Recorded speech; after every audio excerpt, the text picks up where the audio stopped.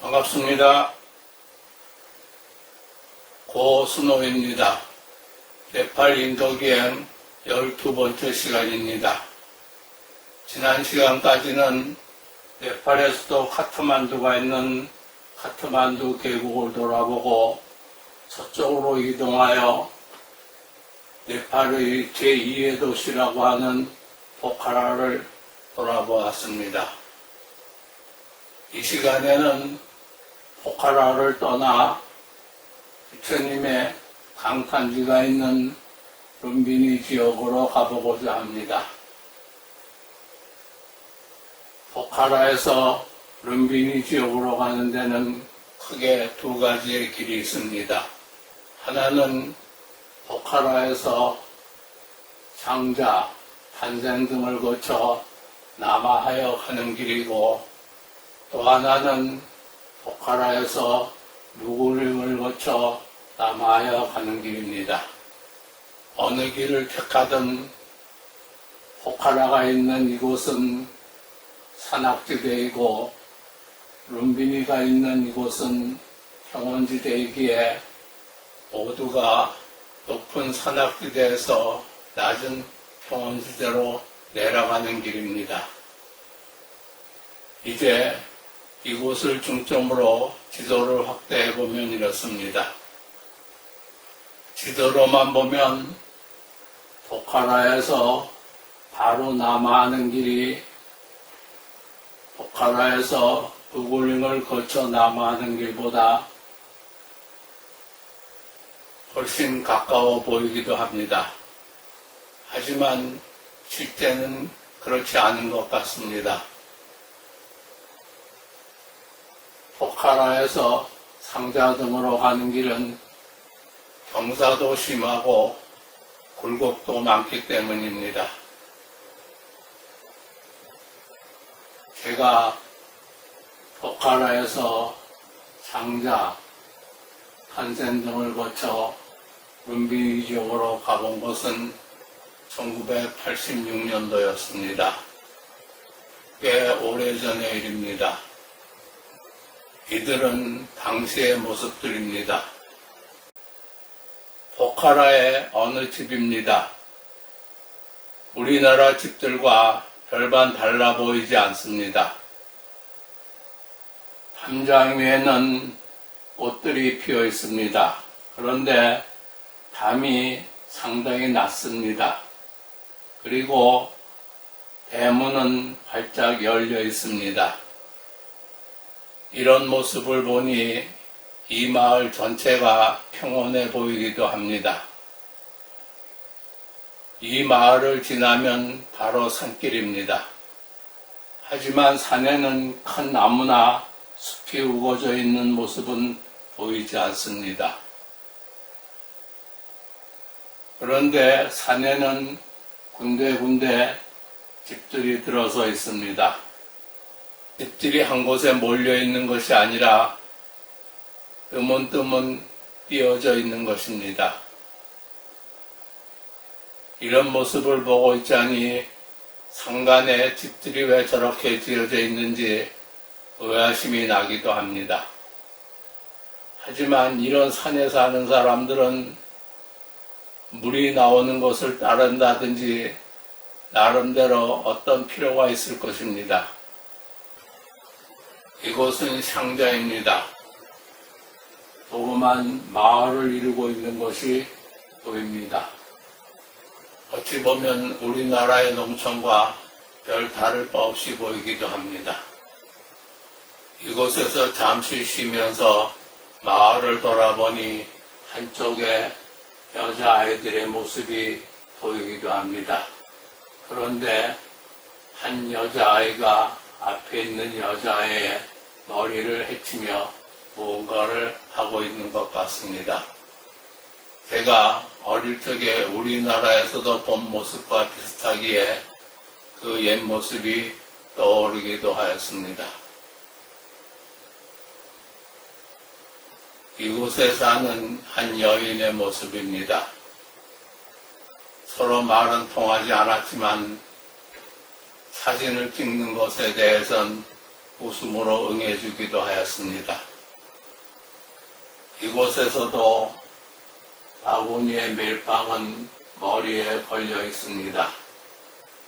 그리고 이 여인이 입은 옷은 우리나라에서는 볼 수 없는 모습입니다. 다른 쪽으로 가니 어린 학생들이 보이기도 했고, 수도에는 어린 여자아이가 얼굴을 씻고 있었습니다. 여기에 학교가 있는가 보다 하고 찾아 들어갔더니 학교가 있었습니다. 그리하여 이곳 선생님이라는 분을 만나 여기까지 오게 된 이야기를 하고 학생들과 사진을 찍고 싶다고 하였더니 그 선생님이라는 분이 학생들을 불러 열을 세워주었습니다. 그리하여 저는 이 중간에서 학생들과 함께 사진을 찍을 수 있었습니다. 이 학교의 모습과 이들 학생들의 모습을 보니 6.25 피난 시절부터 휴전 후까지 국민학교를 다니던 저의 모습이 떠올라 한참을 그대로 서 있었습니다. 이 뒤에 서 있는 분이 이 학교의 선생님이었는데 선생님이나 학생이나 그렇게 천진할 수가 없어 무언가라도 도와주고 싶은 생각이 저절로 나기도 했습니다. 선생님도 학생들도 헤어져 나오는 길, 교문 쪽에서 한참을 서서 그들의 모습을 바라보기도 했습니다. 상자를 떠나 바라본 산의 모습입니다. 여기에도 여러 계단식 밭들이 조성되어 있습니다. 이곳에도 계단식 밭들이 조성되어 있고 띄엄띄엄 집들이 보이기도 합니다. 이곳에서는 병원이나 약국을 본 기억이 없습니다. 그러다 보니 이렇게 살면서 몸이 아프면 어떻게 하나 하는 생각이 들 수밖에 없었습니다.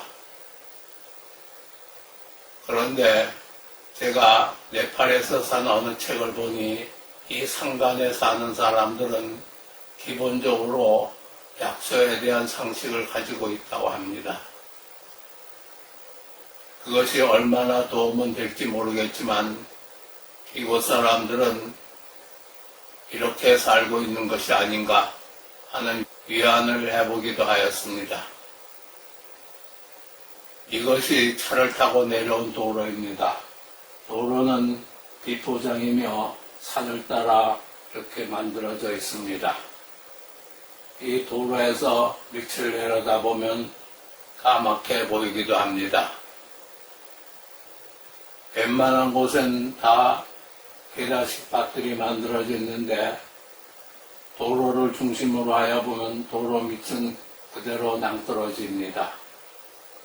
이 모습도 도로에서 본 모습인데 여기에 이 보이는 이것은 계곡의 물줄기입니다.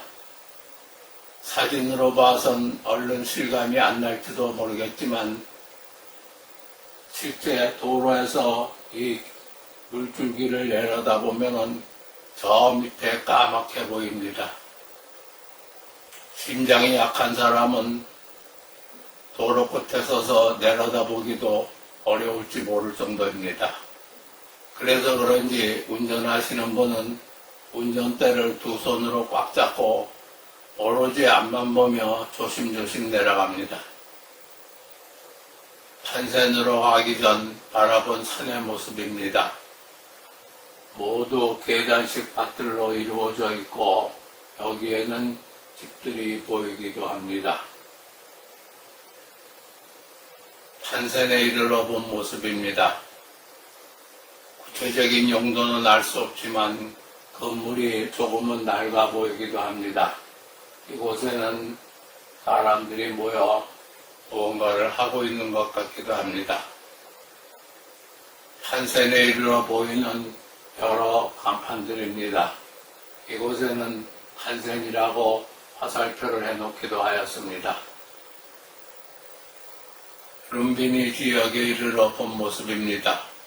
이런 건물들도 보이는데 사람이 사는 것 같지는 않아 보이기도 합니다. 우리나라 옛 초가와 같은 집의 모습입니다. 앞에 나무들이 잘 정돈되어 있는 것으로 보아 사람이 살고 있는 것 같아 보입니다. 룸비니 지역이고 사람들이 서 있는 것으로 보아 이곳은 정류장처럼 보이기도 합니다.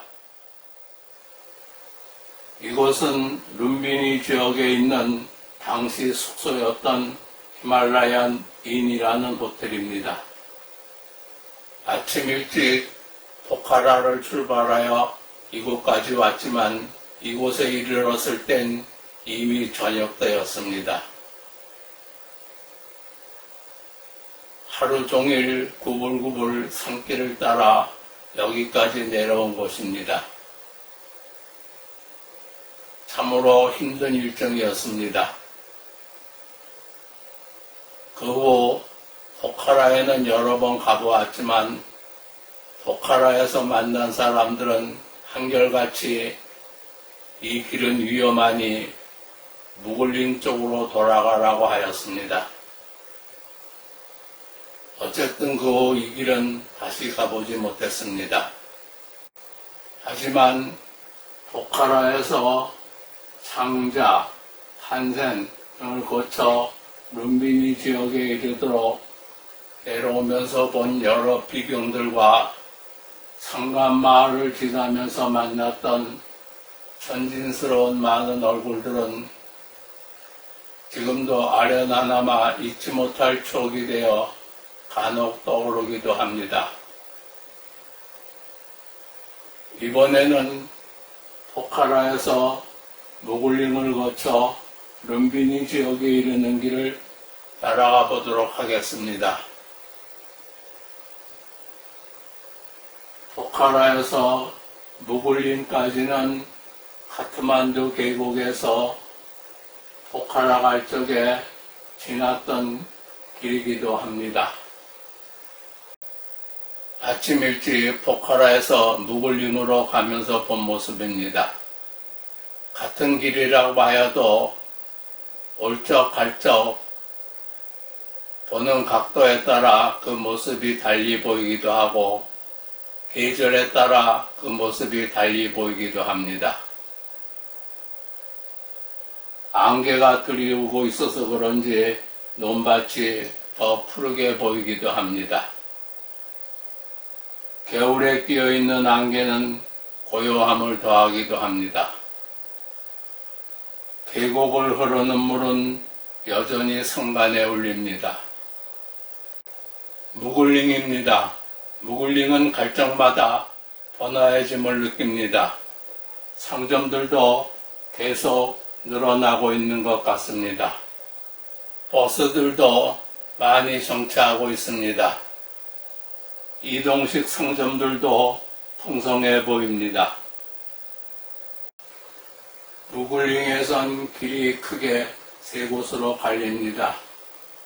우리는 포카라에서 오는 길이지만 무글링을 중심으로 하여 보면 앞에서도 본 바와 같이 서쪽으로 가면은 포카라 쪽으로 가는 길이고 동쪽으로 가면은 카트만두 쪽으로 가는 길이며 남쪽으로 가면은 우리가 가고자 하는 룸비니 지역까지도 가게 됩니다.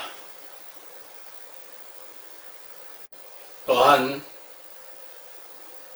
무글링은 두 개의 강이 만나 하나가 되어 흐르는 곳이기도 합니다.